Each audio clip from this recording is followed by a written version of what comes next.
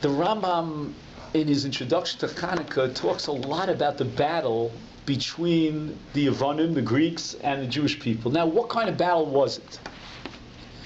Of course, it was a military battle. There was a military front, no question about it. But primarily, the battle here is not the same as Purim.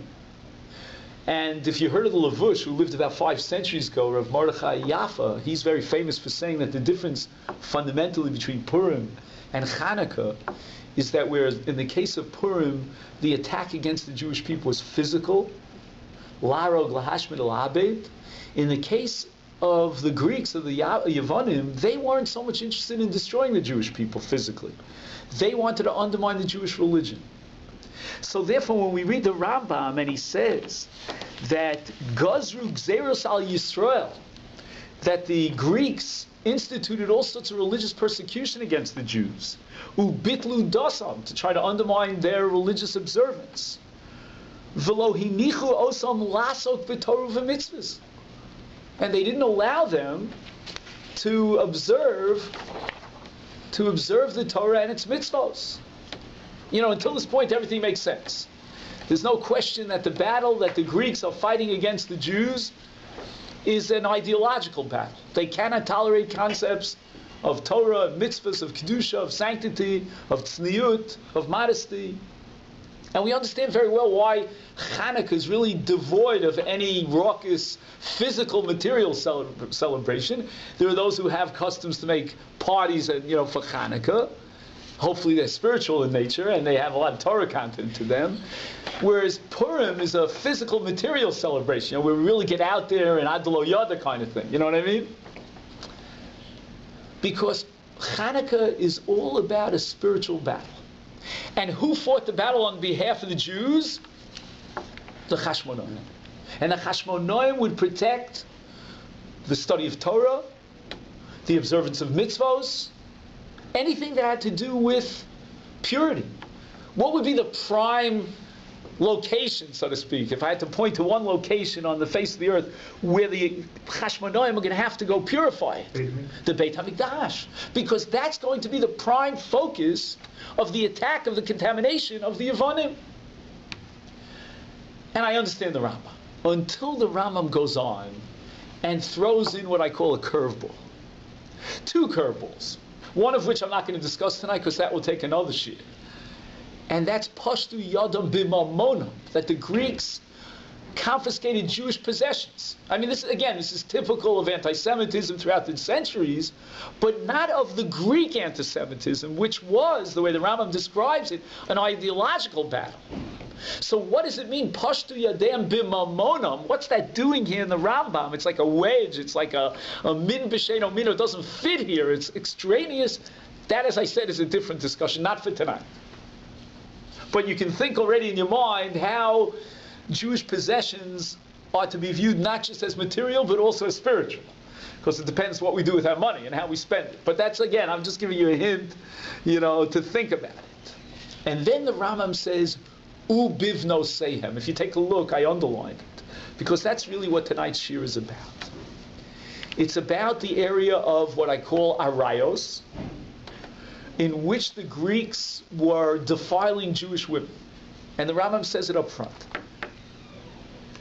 And the area of sexual immorality, which was an attack for the Greeks. Now, for the rest of this year, I'm not going to use that term because I get a little bit shy. So I'm going to use the term arayos. And I hope that everybody here tonight will understand what I mean by arayos, okay? Now, if the Rambam injects this concept of Pashtu Yadam Bivno Seyam, the Gemara in Ksubis tells us about the terrible decrees against the Jewish, even the Jewish brides, before they would be able to consummate their marriage.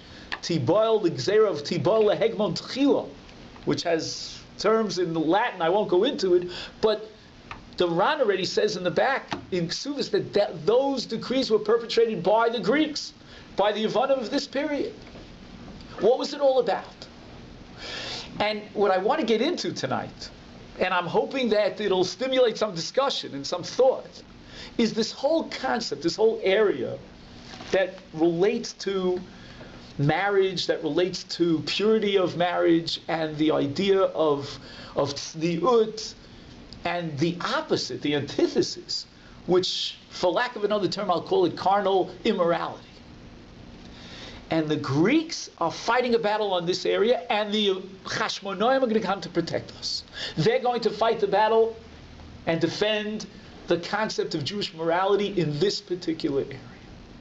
Now, I want to show you, I want to demonstrate to you that this is not coincidental. That if you read Chazal carefully, you will be convinced, as I am, that this dimension of the battle between the Yevonim and the Chashmonoim is center stage. Because, take a look at the Midrash Rabbah, this is the fourth source in your page, in the Parsha of Amalek. The Midrash is darshaning a pasuk in Eov, which is the second source on your page. Lo shalvesi v'lo shakatati v'lo nachti vayovo rogas. And the pasuk is describing the lack of peace when we're attacked by the nations of the world. And the word peace comes in three different forms: shalva, sheket, and nachat. Not nachat in the sense that we use it today, which is really a Yiddish word. You know, give me some nachas, we say to our kids, right? We want to get joy from the... Nachas means, in this case, security. You know, living as a Jew should live. And the Midrash now is going to take apart every word in this pasuk. Each word is referring to a different kingship that attacked the Jewish people during its history. According to Chazal, the word shalvesi, shalva, refers to Bavel. Okay, that's more related to what we call Bayis Rishon. Sheket or Shakatati relates to Madai. Which holiday is connected with that salvation? Purim. And guess what? V'lo nachti, the third, we're already past Bayis Rishon and the in-between period of Bayis Rishon, Bayis Sheni, which is Purim. We're already in Bayis Sheni. What we talk about now? Of course, the Chanukah celebration. V'lo nachti mi Yavan. Vayova Roges, this is the ultimate Golus that we've been suffering from for the last 2,000 years, and that's Edom. But tonight we're not studying Golus Edom. We're studying Golus Yavan, and we want to know what this battle of the Yevonim was. So again, which word do Chazal isolate in the pasuk in Eov that refers to, or alludes to, I would say, Yavan? Nachti. Hold that in your back pocket. Now go one source earlier on your page, and we're going to look at a Midrash in last week's Parsha, in Parshas Vayeshev. Here, the same pasuk in Eov is being interpreted as relating not to Amalek, but rather to Yaakov. You remember the first Rashi in Parshas Vayeshev, Bikesh Yaakov, Leishev Bishalva. And Yaakov declares that I've been tortured and persecuted by so many encounters, difficult encounters with my enemies. Who are my enemies? Which episodes in the life of Yaakov Avinu are being alluded to in these three words? Let's go through it. Number one, Shalva lo shalvesi me Esav. Correct? We know very well that Esav gave Yaakov a rough time. Lo shakatati mi Lavan. We know that the episode of Lavan in the life of Yaakov Avinu was a very difficult one. And so Yaakov didn't have sheket. But now we're up to V'lo Nachti. Here's where I want to call your attention, because we saw the word Nachti earlier, referring to which nation that attacked the Jewish people? Yeah. Yavan. And what does the word Nachti refer to here, according to this Midrash? Medina. Which episode in the life of Yaakov Avinu was so torturous and so difficult for him? Shem. The defilement of Dinah. Again, Yavan, Dinah. Do we see that? With the Rambam of Pashtu Yedehem Bivno Sehem. There's something special to isolate Yavan and understand the mentality of Yavan and their attack against the Jewish people on a spiritual level that touches on this area of purity regarding our ladyfolk. And in the case of Dinah, this was a very difficult episode in the life of Yaakov v'lo nachti midin. Good. Okay. Now we're going to take a little bit of a digression, but I promise you we'll come back. Okay? What do we learn on Chanukah day after day?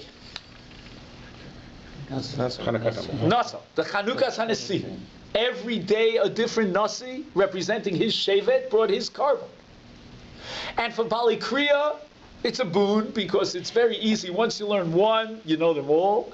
In fact, I shouldn't say this on tape, but it's a little bit boring the learning because it's the same karbanis over and over again. But my friends, and I get very dead serious here, that's only on the level of Torah Shebechsav. That very same parsha at the end of Nasa, from a perspective of Chazal, how they see things in psukim that we never see, but they share some of it with us, a whole different perspective. Every Nasi brought the carbon of his day. It was identical to the other carbonas of the other princes, but it was essentially different, not in the physical external trappings, but in the intention why it was brought.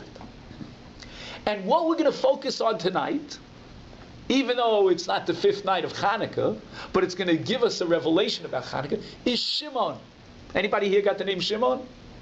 No Shimon. Okay, I was hoping maybe we'd find one Shimon here who would be very proud of his namesake, of the first Shimon, because he brought the carbon, says the Midrash, Al Seder HaMishkan. There's going to be some very special connection between Shimon and the Mishkan itself.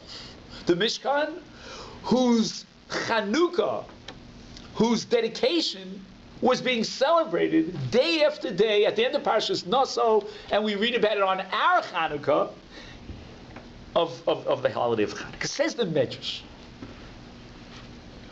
B'yom HaChamishi Nasi Livnei Shimon. Nasi Livnei Shimon Shlumiel ben Suri Shaddai. So the Midrash mentions that Reuven had come first, and he got to bring the first carbon because he was the one who had zirus. He was nizdares lahatzil achiv min hamisa. So there's something special in the carbon of Reuven. Reuven brings the carbon on the mid of hatzalah, of protection. So I don't know if any of you gentlemen work for hatzalah. No? Nobody? Again? If you did, then you would have some connection to Shevet Reuven, according to this Midrash. What about Shimon? What classifies, what characterizes Shimon in his own unique way? Reuven had saved his brother, or at least he was the first one to try to save. At the end we needed Yehuda to do that, but Reuven at least took the initiative and began the process. What was Shimon great about? He took revenge. Revenge to defend whom? Or what? The purity of clothes. Again, we're getting back to purity now, so you'll see where I'm trying to lead you to. We're talking about the Chanukah of the Mishkan. We're talking about Shimon bringing his carbon after Reuven, and his carbon, he's zoche to, privileged because he's the one, again we have to think about Levi too, but he's the one who's, to use the Lashon of Medrash, Shekina. Kina means he was zealous to protect whom? To protect the purity of the daughters of Israel, in this case of Dinah. Shekine al znus achoso b'shchem. To save her from further defilement at the hands of Hamor ben Shechem. And the Midrash continues. And it goes on to tell us, on the third line of that Midrash, V'hikriv al seder masa mishkan. He brings the carbon as a correlation to the Mishkan. V'lama hikriv karbano keneged masa Mishkan. What's unique in the relation between Shimon and the Mishkan? Dugmas masa Shimon avi hashevet. There's a relationship between Shimon, the father of this tribe, the prince of this tribe, and the Mishkan, and what links the two together? What's the chain or the vav, that links together Shimon with Mishkan? Lefisha Shimon kine aznus v'harek al shechem al sheinu dina achoso. And he quotes the psukim. What's that got to do with Mishkan? And I underlined it. V'chein ha-mishkan. The Mishkan is a mirror image of Shimon. Why? Hayahoreg b'noafim u'besotos. A woman who, heaven forbid, commits adultery will be killed by the Mishkan. What does that mean, killed by the Mishkan? Kimo dichsiv, as it says in the pasuk in Parshas in Parshas Shlach. No, not in Parshas Shlach. In Parshas, help me out here. What's the second parsha in Bamidbar? In Parshas Naso. Oh, so it is in Naso. I was right the first time. There was a concoction, and the concoction was made of water and what? And offer, and dirt and dust. Where was this dust take from? The Torah stipulates that they took the offer from the karka mishkan, and they made this mixture, and she drank it, and what happened if she was guilty? She died. So Shimon is makane on znus, the Mishkan is makane on the sotos. Everything's crystal clear. Not to me. But at least in the Midrash it's crystal clear, I guess. What's this all about? Very strange, what seem to be equations that are so superficial or so technical. But is there some deeper meaning that lies behind this Midrash? Well, let's talk a little bit about Afar Asota. The Afar Asota, which is taken from the Karka Mishkan, and does a great thing for Klal Yisrael, the Midrash says, because it's going to destroy or uproot this immorality, what I called carnal immorality. How do we get it? In what schus? Every gift that's given to Klal Yisrael, especially in the Midbar time, has to be keneged something. It has to correspond to something. Dorish Rava, Gemara in Sota Daf Yud Zayin. B'schar she'omar Avram Avinu, Anochi Afar. Check it out, Afar va'efer. What's efer? Don't all answer at once. I can't hear too many voices. What's efer? Ashes, right? Anochi Afar va'efer. Great statement. Unbelievable reflection, expression of humility on Avram's part. Zachu banav l'shtei mitzvahs. One mitzvah for Afar and one mitzvah for Efer. What two mitzvahs? Efer para. What was the goal of the Efer para? Tahara, to purify those who were tummy mess. And Afar sota. Now look, if you talk about being mitaher and the power of Efer to be mitaher in the parsha of Mechatos, I understand very well that corresponds to Midas Anova. Anova is a pure kind of attribute that's worthy of being rewarded with a purity, in this case, the power of the Efer Apara. But Afar? What is the connection between Afar being used to be mashke a sota, an accused adulteress, and Anochi, I am so humble, Avram Avinu? What has it got to do? Humility and the power to destroy the sota. So we got now another equation. If you're keeping score here, we've got a number of things going on over here. We've got number one, the fact that the Yevonim are attacking the B'no Sehem, and that seems to be a spiritual, ideological battle within the context of the Milchama between the Yevonim and the Chashmonaim. On top of that, we have this other equation in which Shimon enters center stage, and he's makane al znus achoso for the purity of his daughter, of his sister, and as a result, we're going to let him bring this carbon al seder ha-mishkan. And why al seder ha-mishkan? Because it's the afar ha-mishkan that's used as the power in the Meisota, and the Meisota, the afar ha-mishkan itself derives its power from Avram Avinu's Anochi Afar.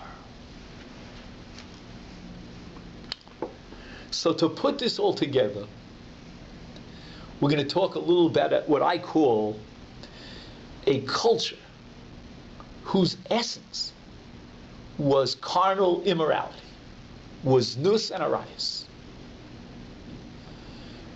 I don't know if you'll be able to guess which culture I have in mind. You may think I'm talking in contemporary terms, in Western culture. I'm going back in time a while to a city that got destroyed. That's a dead giveaway. Stone got destroyed. Now watch the pasuk here. Watch this carefully. The pasuk says, "V'Hashem himtir al stom gofris va'esh." What does the word himtir mean? Miloshen matar. It rains down from the heavens. Okay. Now Chazal, even before the computer word search games that we have, were into word searches. They didn't have the computers that we have, but they did a pretty good job without computers. And they found another context in which we find the word himtir. But it sort of indicates the exact opposite. When the Jews went for 40 years in the Midbar, how did they sustain themselves? They didn't grow bread. Man. The man. And guess what it says in the parasha of Man? It says the exact same thing, almost word for word. Vashem himtir lechem min hashamayim. The same word himtir. So we have the adjective, or the verb, I should say, of hamtara in two different contexts. One is the hamtara of man min hashamayim, and the other is the hamtara of eish, of fire coming down from the heavens, in this case to destroy stone. And sure enough, the Midrash puts it all together. Mashal, what's the simile, the metaphor? L'shnei medinos shemardu b'melech. Fine, v'nefchu this. Then he says, Amarav Avun on the third line, l'shivcha, shoysa roda v'pas b'tanur. So what's going on over here? There's a mistress and then she has a maidservant. And the maidservant is taking the bread out of the oven. Keep that word in mind, the tanur, the oven. That's going to be very important. But Ben Gvirta, the son of the mistress, comes along, and she, the servant, takes out a fresh piece of bread from the oven and gives the bread to her, to the mistress's son to eat. But Ben Bna, now an offspring of the Shivcha comes along, whose father is an Eved, and what does this maidservant take out of the very same oven? V'radas gichalim. She takes out hard, hot charcoals from the same oven. V'nasno. Kach, in the Nimshal. Vayomer Hashem al Moshe hineni mamtir lechem min hashamayim. The lechem min hashamayim is the lechem that comes out of the oven. Baram hacha, but here in the parish of destruction of stone. Hashem himtir al stone v'amora gofris va'esh. Now, give it a break here. You're telling me that now I understand why the same word hamtara is used both in the case of stone and in the case of man min hashamayim, Hashem himtir, Hashem himtir. There's only one parallel that I could begin to imagine in the two stories, in the Mashal and the Nimshal. What's the punchline here? What is this Midrash trying to convey? What joins together, as we saw in the case of the Shivcha who takes out a pas, or she takes out the gofris, the charcoal? How is that story at all comparable to explain Hashem himtir, Hashem himtir? They're both coming from what? From the same source, from the same oven. What's the oven, so to speak, in the Nimshal? Hashem. Okay, Hashem. Let's call it the Shamayim. Up in Shamayim, there's an oven, so to speak. That's the source to produce two different things: bread, the staff of life, to maintain the existence of the Jewish people for 40 years with man, and to produce Eish, a destructive force called fire that comes down from Shamayim to destroy which? What city? Stone. Beyond that, my friends, I'm lost. Because here I don't understand what you've gained by that. True, there's one source that generates both destruction and salvation, or maintaining maintenance, food, sustenance, and at the same time, total destruction. Two opposites. In the case of the tanur in the mashal, again two opposites, coming from the same tanur. You've got charcoals coming out that burn and destroy, and give it to the Eved, or the son of the Eved. You've got lechem coming out of that oven, fresh bread, the staff of life, give it to the Ben Gvirta. It's all fine and dandy. But what does it mean? It doesn't tell me a thing. Are we ready for the punchline? But you have to be in suspense. If you don't tell me you're in suspense, then I can't go on. I have to build it up a little bit, turn on the fire a little higher, you know what I'm saying? All right. The pasuk says, you'll see it here on your page, Olam Chesed Yibon. Chesed is the key to understand how life exists on this planet. God instilled chesed, the desire, the natural desire, innate in man, insofar as he was created by God, a desire, a need for chesed. Let's translate chesed in the simplest way possible into the English language. Anybody? Kindness. Kindness, giving. Good deeds. Good deeds, selflessness, as opposed to, what's the antonym of selfless? Selfish. Receiving, taking for myself.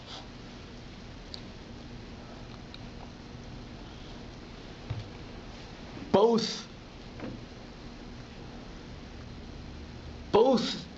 dimensions of chesed, positive and negative, come from the same source. Let me explain what I mean. That sounded very cryptic. The world couldn't exist without the natural, innate desire on the part of man to do chesed. Notwithstanding a great piece of literature called Robinson Crusoe, man cannot live alone. I can testify to that. Seriously, we all have to help each other. No one's perfect. We all depend one on each other. In biological terms, we could talk about a symbiotic relationship. I need you because you have something that you need from me, and we give each other, we help each other, we work together. You have a contribution that I can't make, and vice versa. That's natural, that's innate. That's Olam Chesed Yibona. The whole world is built on one pillar, on one natural attribute that represents man in his purest sense until he distorts it. Until man comes along and says, you know what, instead of giving, instead of chesed, I'm interested in taking. Instead of being selfless and kind, I'm going to be selfish and cruel. And all I care about is myself. But there's a problem. Because your nature, your personality needs chesed. It's a need. It's natural. It's innate. So now you became a person who's selfish, who's only interested in himself. So your personality is all contorted. Everything's distorted. Because your natural need for chesed is being sublimated. It's being contaminated. So what happens with a distorted personality? The answer is, and I'm not Freud, that very same need is going to become something antithetical. I can't completely negate it. It's in me. So I have to take an action, which by its very nature, essentially, is an act of giving. And I'm going to convert it to just the opposite. I'm going to pollute it. I'm going to destroy it. I'm going to distort it. And call it chesed, but not chesed of kedusha. Call it chesed of tumah. Zeh keneged zeh. From one extreme to the other. That very same natural need that's deep in man to give, and perhaps the paradigm of giving is the act of intimacy. That very same act now becomes distorted. And what does it end up with? When you're selfish and all you care is about your own pleasure, you don't care about anyone else, you're totally cruel, it becomes chesed de tumah. It becomes immorality. It becomes gilui arayos.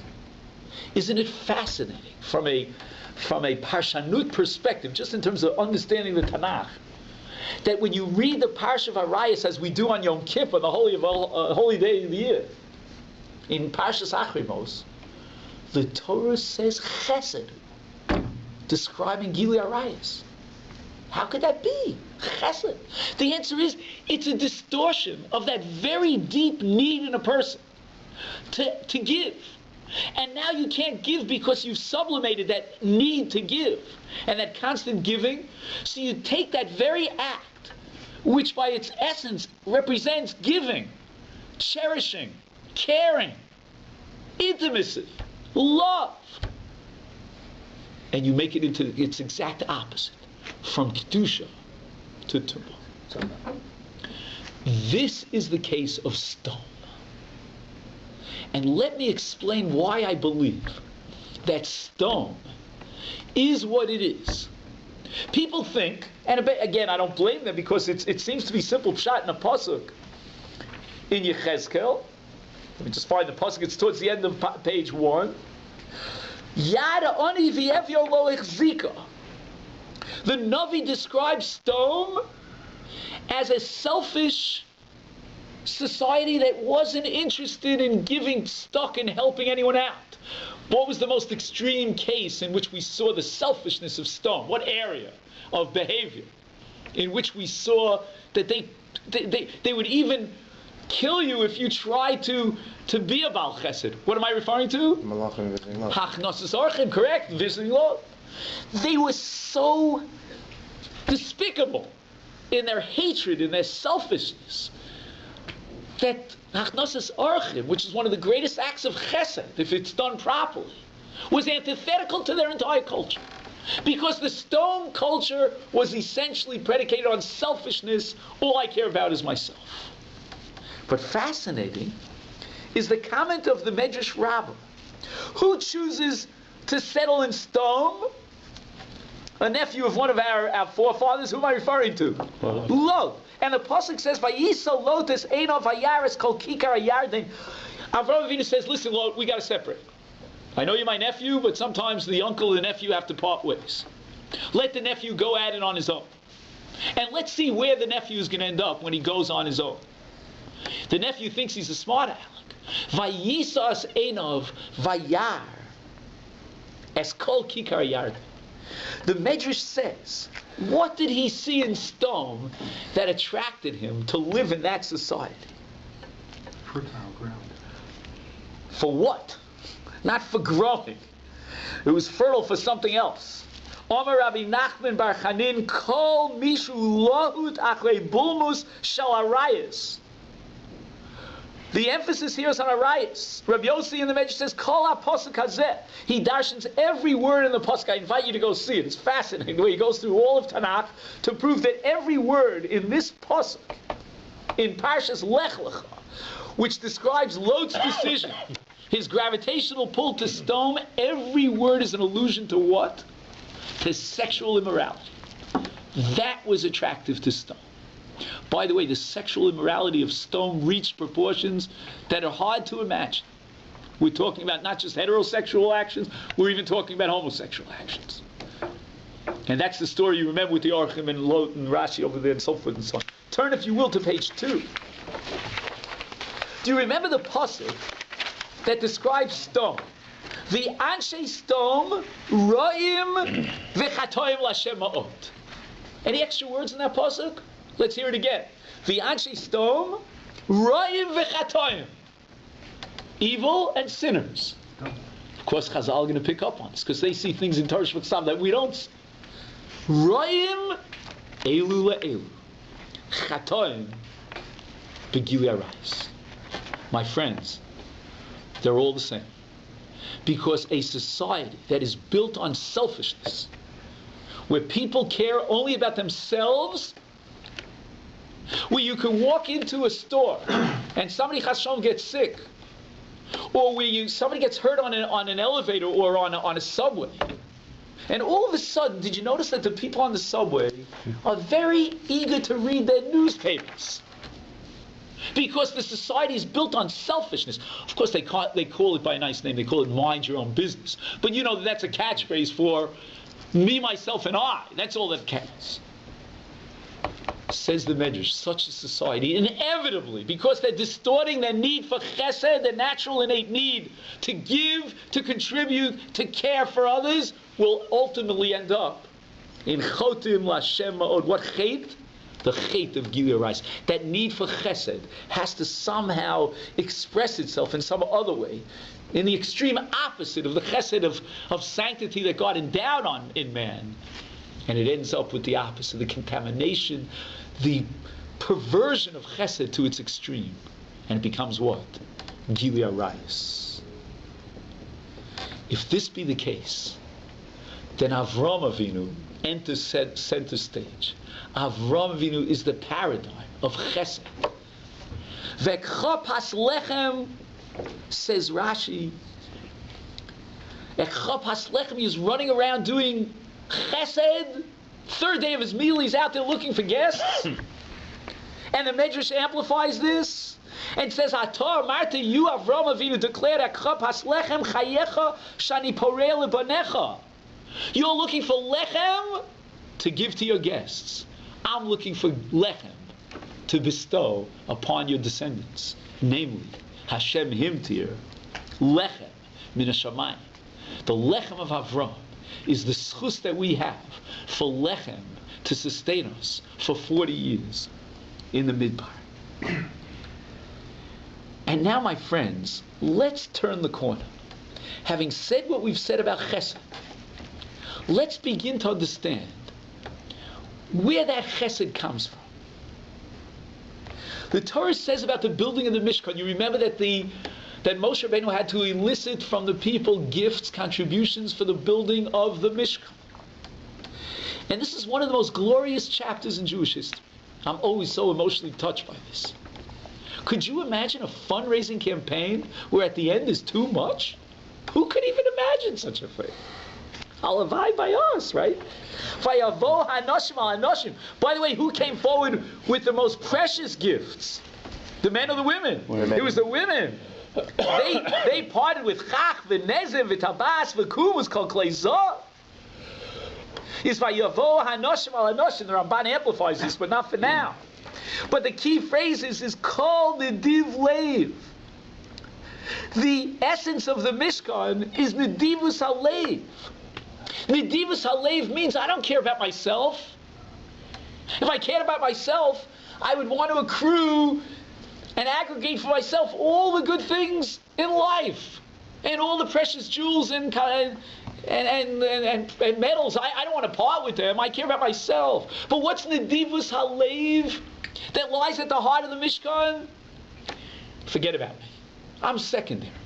There are things out there that are much more important than myself. If only we could emulate our foremothers who brought forth selflessly, b'nedivus halev, at a very touching moment, a chapter in history, their klei zav and their klei kesef, that which they had managed to take after 210 years of the Jewish people living in slavery, finally coming into a couple of bucks, taking some biza out of Mitzrayim, boom, bring it forward. Let's build the Mishkan. Nedivus halev. Do you know why? Nedivus halev really means that I don't count. I'm not so important. I'm not such a big guy. Take a look at the Gemara in Sota on Daf Hey. Amar Rav Chiz, the very famous Gemara. Kol adam sheyesh bo gasas haruach, a person who is very haughty, he thinks of himself, he's a big guy. Amar HaKadosh Baruch Hu, ein ani v'hu yecholim ladur ba'olam. I'm creating a world here called a Mishkan. This is God's abode on this earth. The divine presence will preside over the Mishkan, will enter into the Mishkan. But it's got to be Nedivus Halev. It can't be the Gasei Ruach, those who think so high of themselves, who are pumped up and think they're great. Those arrogant individuals are antithetical to the presence of God. I'll tell you a quick story. I don't know if you ever heard of it. The Berzon Rebbe Zatzal, not this one, but the previous Rebbe. And this story I heard from my father-in-law, who's a Berzon Chassid. The Berzon Rebbe came to a certain town, and he had two main hosts that invited him to stay. One was known to be very, very pious, very meticulous about Shmirat HaMitzvot. He's a rich guy also, and he had a lovely guest area which he reserved, hoping that the Berzon Rebbe would take him up on the invitation. The other fellow was not so wealthy, and unfortunately wasn't as meticulous in mitzvahs. Guess what? The Berzon Rebbe, to the surprise of everyone in town, opted to stay by the less religious guy. And I don't know which chassid had the guts, the chutzpah, as we say, the smart aleck, to ask the Rebbe why. So that part of the story I can't fill in for you. But in any event, Rebbe, why? Why him and not him?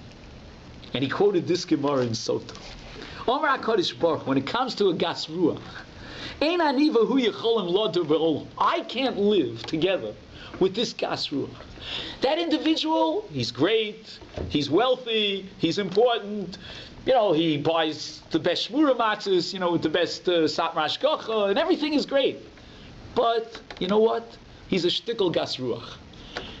I don't want to be close to a gas ruach. I'll go over here where this guy doesn't even eat yasha, and he's not makpid on shmura matzah, and I want to stay by him. The Mishkan, as the abode of God, is antithetical to Gasas Aruach, because Gasei Aruach are people who care about themselves. They build up themselves. The Torah tells us that Yaakov Avinu deliberately went to Beersheba, and where in Beersheba, and why to Beersheba? Lehechan holach, Omer Rav Nachman, holach lokutz arozim shenota Avram's keno beBeersheba.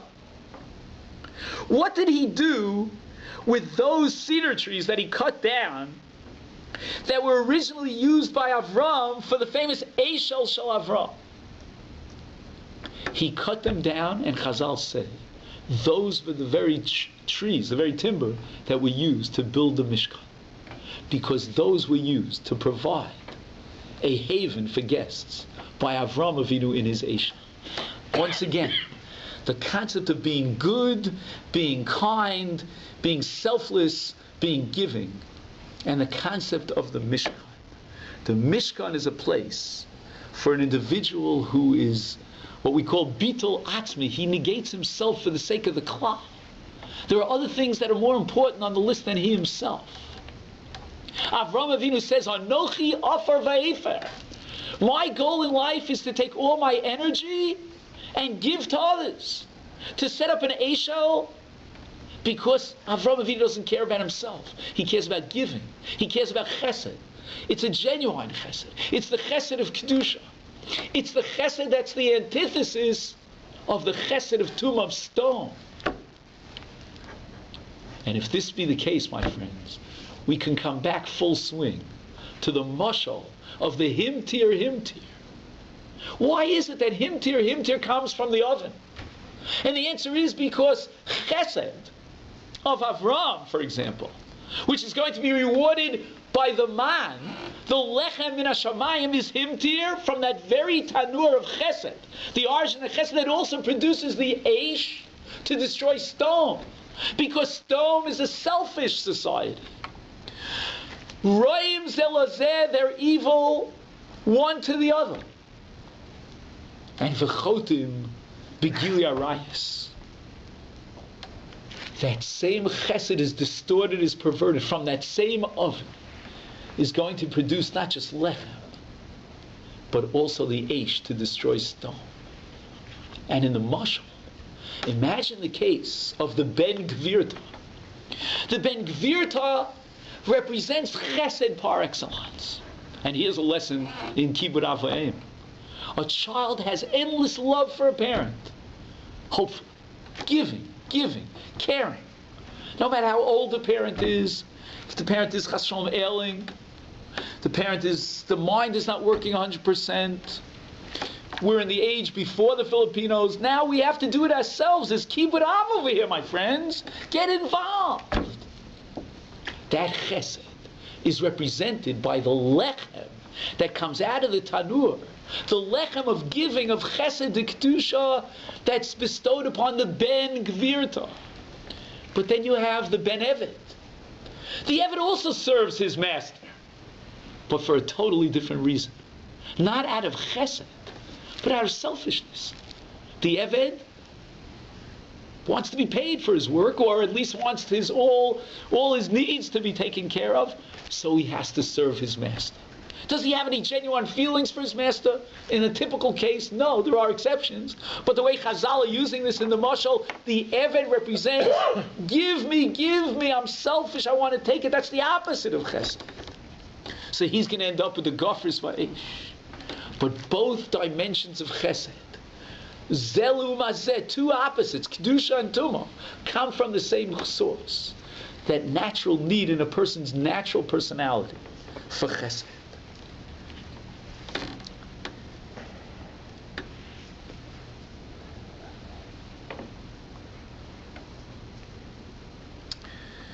And now, my friends, let's talk about the battle of the Greeks against the Jewish purity. Pashtu Yodam Bivnosei. Now we have to understand something. Any attack against the Jewish people, again, I'm not the one to interpret it, but has to be understood in the light of some deficiency. Midah keneged midah, there must have been some chet. If tumas arayos is a distortion of chesed, then Chazal understand in their infinite wisdom that we were guilty in this area of chesed. We were deficient. And all this goes back to the episode of Dinah. Again, the Nedivus Leiv of Mishkan, the chesed of building the Mishkan, that gives the power to the Mishkan, the offer on Mishkan of Anochi, offer Ve'efer of Avram Avinu, to destroy the Sota. Because the Sota is the opposite of Nedivus Leiv. Instead of the Sota being selfless, she is selfish. And therefore, what does her in or under is going to be the afar of the Mishkan. Shimon is the one who waves the banner of Chesed Kedusha. He's going to fight the battle to protect purity. And therefore, he'll bring his carbon al Seder on Mishkan, because the afar Mishkan that destroys the Sotos. But why at the time of Shimon did this terrible event take place, where our neighbors defiled Dinah? And the Midrash says something here which, my friends, I don't know how to digest it. I'm going to share it with you because it's going to stimulate some thinking, and you'll have to really take this home and analyze it. The Midrash says that what happened over here?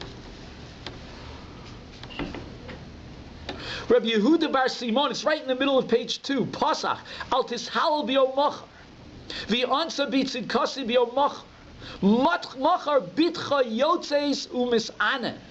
Mis'aneh is the inui, the suffering of Dinah in this rape action. Hado d'chsiv v'teitzei Dinah. And the Chazal in this Medrash in Parshas Vayishlach connect the inui, the rape of Dinah, the defilement of Dinah, with a pasuk in Iyov, not the pasuk that we started with tonight. Lamas meirayeu chesed. Somebody was guilty of withholding chesed. Manata chesed, oh, you're going to get it. And that's the mice of Dinah. Who was monea chesed? Who has to be punished over here? A frightening statement in Chazal. Manata chesed min achicha. He nisves, she'll be married to someone she'eno lo ger v'lo mohu. Lo bikashta l'asiya l'mohu, harei niseis l'orel. Lo bikashta l'asiya derech heter, harei niseis derech isa v'teitzei Dinah. You could have married off your daughter Dinah to someone who is a mohu, and instead you didn't do so. Lo mas meireu chesed. You withheld chesed from your friend, from your brother. The Medrash in Seichel Tov expands upon this. The Midrash says, Omar Yaakov. Yaakov declared that he would hide his daughter Dinah, so that who shouldn't lay eyes on her? Esav. As Dinah bito nasan beteva, he locked her up. Omar Yaakov, Rasha zeh, this evil person Esav, Eino Ramahi. He's got big eyes. Shema Yitla Eino Ba. Maybe he'll notice Dinah. V'yikheno mimeni. Sounds like a good thing. Wouldn't you do the same for your daughter? Wouldn't any father protect his daughter from the defilement of someone as evil as Esau? And yet, says the Medrash, frightening Medrash, Amalei HaKadosh Baruch Hu, manata me'achicha. Again, referring to this pasuk of Lamas Meriyeu Chesed. Achicha shu mohu, he nimseres l'shchem, shuhu oren. Lo ratzisa l'asiya derech heter. You could have married her off derech heter. Harehi niseis derech isu. And the clincher is the Midrash Tanchuma. Yaakov Avinu is running away from Esau. Yilabdeinu Rabbeinu. Hahoreges hanefesh b'shkaga lehechan hu gole. If a person commits murder unintentionally, inadvertently, where does he flee to?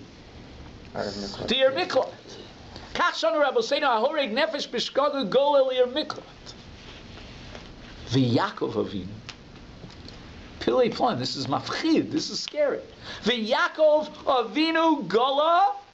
So too, Yaakov Avinu goes into Golus lecharan, boreach benafsha. What does this mashal seem to indicate?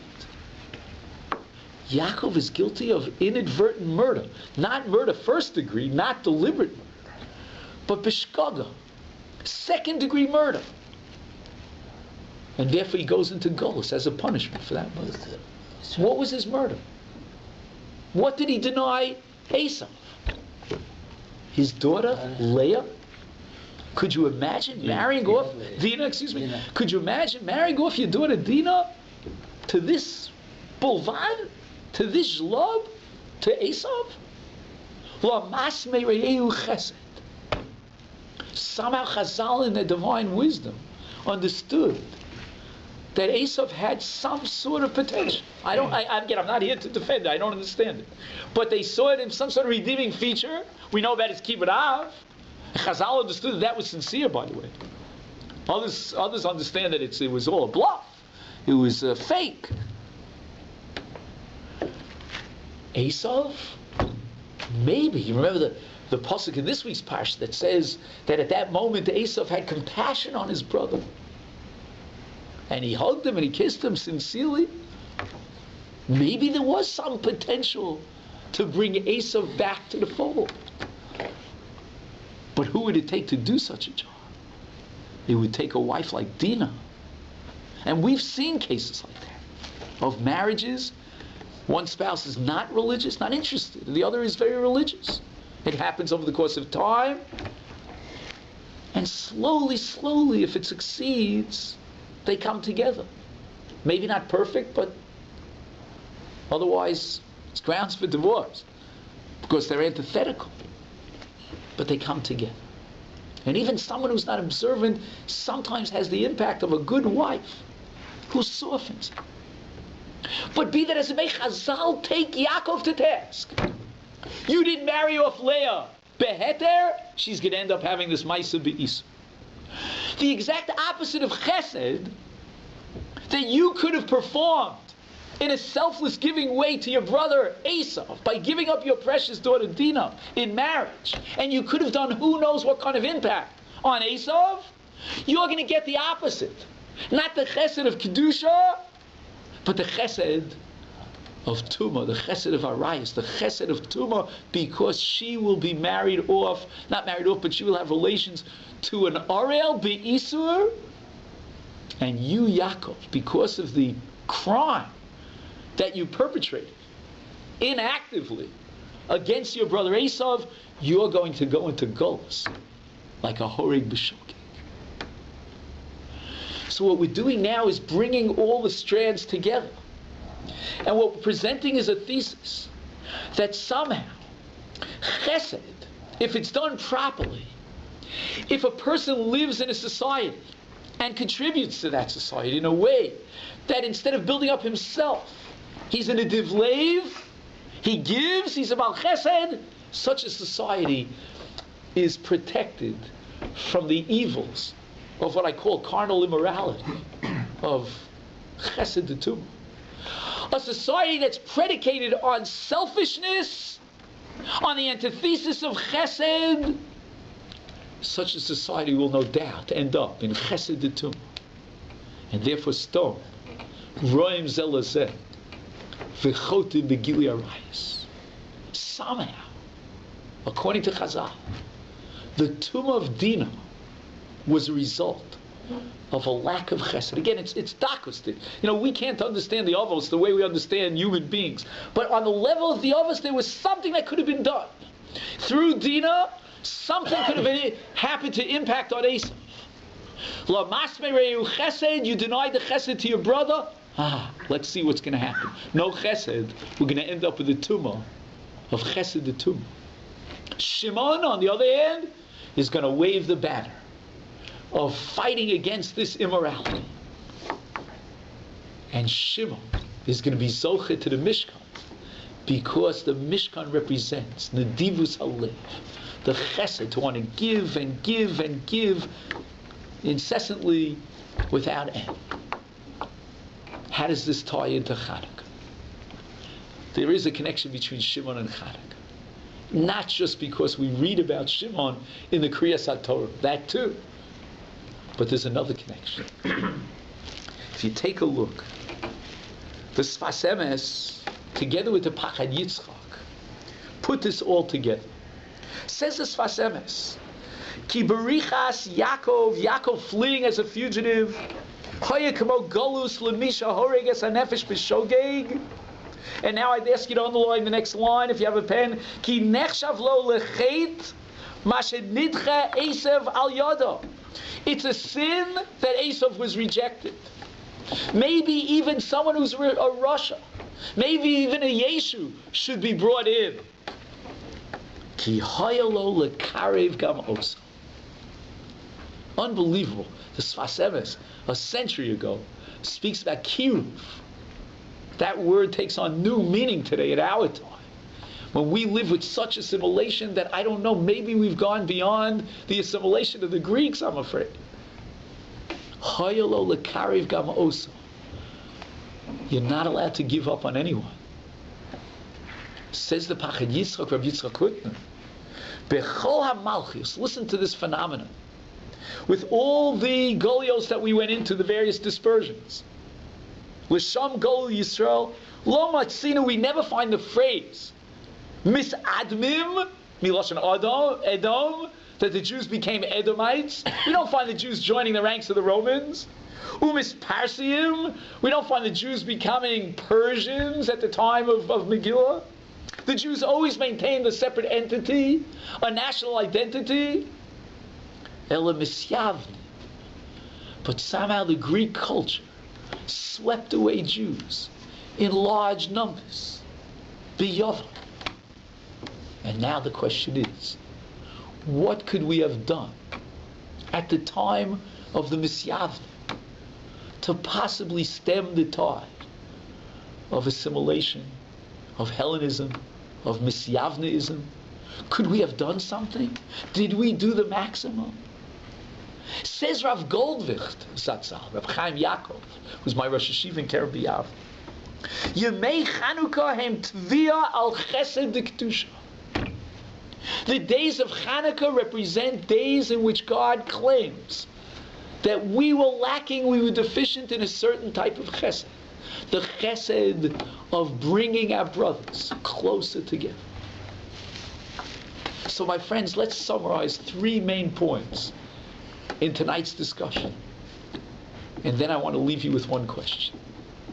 Point number 1. Olam chesed yibana. Chesed is an attribute that is essential, that is innate, that defines man as a being created in the image of God. But if defiled, if perverted, if subjugated, it will generate, it will terminate. And as a result, the defilement of Dinah, the lack of chesed, ends up in a different type of chesed, the distorted chesed of taking that very act of intimacy and perverting it and converting it to defilement. We started with the Rambam. Pashtu yodam bibnoseim. This was part of the Greek holy war against the spiritual purity and morality and kedusha and sanctity of the Jewish nation. We're going to attack and defile your women. We're going to take tumah and inject it not just into the Mikdash, but into your very pure daughters. We're going to defile tzniut and kedusha. Why? Why at that particular juncture in history? did the Chashmonaim have no choice but to defend the purity of Jewish women against the Yevonim? Why did we suffer that kind of defilement of Pashtu Yodam Bivnosei? And the answer, my friends, is Lamas Mereu Chesed. As Rav Goldvicht puts it so beautifully, Yemei Tviyah Al Chesed de Kedusha. Only in this particular society of the Yevonim were Jews swept away, and we did not do enough to bring them back. We were lacking in the spiritual chesed of Kedusha, of Kiruv Levavot. And with this, my friends, I leave you with one question. Where are we holding today? I'm not going to answer that question. Everyone lives in the comfort of their own homes. Baruch Hashem, I was recently at someone's house and the fireplace was burning. Almost burnt me and whatever, but it was comfortable.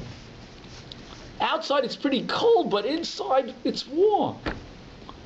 And we have Halaguta Zachen, not just in Toronto, but all over the West. In America, to Sir Basar, without having these blizzards.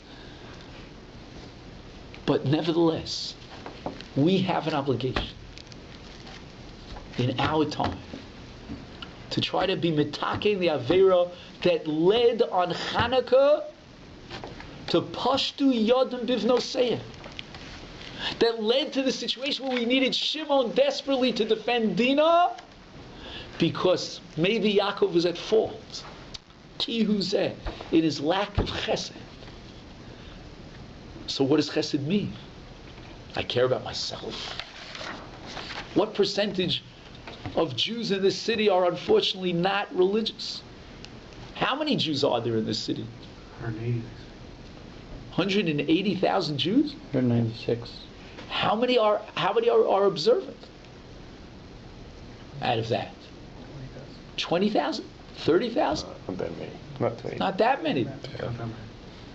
And we're counting Thornhill too. That's also part of Toronto. That changes the percentages a little bit. But it's still a fraction. My son went to do kiruv work in Portland, Oregon. For 2 years he was there. He lived in Portland in a neighborhood that's Jewish by the thousands, tens of thousands. The public school in that area of Portland is made up almost mostly, 50% Jews. Thousands and thousands of kids. So one girl from that community was coming to spend a year in Israel. Not in a particularly religious program, we're not going to go into details, but my son Menachem sent us a message. Invite her for Shabbos, as we did. She became a Bas Bayis. Now she's studying in McGill. And she told me that in that public school, there's a Jewish club hour once a month. 40 Jews will show up on a good evening. And then she adds the following comment. Hold on to your chairs, or get your handkerchiefs out. If any of those 40 Jews will marry Jews, it'll be purely coincidental. This is what a 19-year-old girl told us at our Shabbos table in Yerushalayim just about a year ago, 2 years ago. Coincidental. The 40 Jews who show up once a month for a Jewish club hour. And my friends, unfortunately, Portland is not the beginning and the end of the story, as you know. Practical solutions I don't have. I know Project Inspired has all sorts of ideas. You meet people here, you meet people there, they bagel you, they this you, they that you, invite them home. Maybe not every one of us here at the table is capable of doing that. We don't have the personality. It's sensitive. Can we invite these people into our homes? I don't know. I can't tell you. But what I can tell you is that as we approach Chanukah in less than 24 hours, we have to take with us the message of Pashtu Yodam Bivnosei. And we have to emphasize Chesed de Kedusha first and foremost towards the Misyavnim of our generation. I'm not comparing, but I'm just saying Jews who have been swept along by a different culture, a different society, and try to reach out to them. And not chas v'shalom, to suffer more and more punishments because of Lamas Me'reyu Chesed. If we dedicate ourselves to bring the light of Chanukah that illumination of spirituality, of the beauty and splendor of Torah, to our brethren around us, then Emir Hashem will be zocheh to the ultimate chesed and compassion of HaKadosh Baruch Hu. When the Shekhinah will come back to the Ofar HaMishkan, we'll have purity in Klal Yisrael. We'll have Eretz Yisrael, Medinat Yisrael. We'll be able to come back by the thousands and hundreds of thousands at the time of Mashiach and Kibbutz Kol Yod. Amen. I take this opportunity to thank everyone. I wish everyone a wonderful, wonderful Chanukah.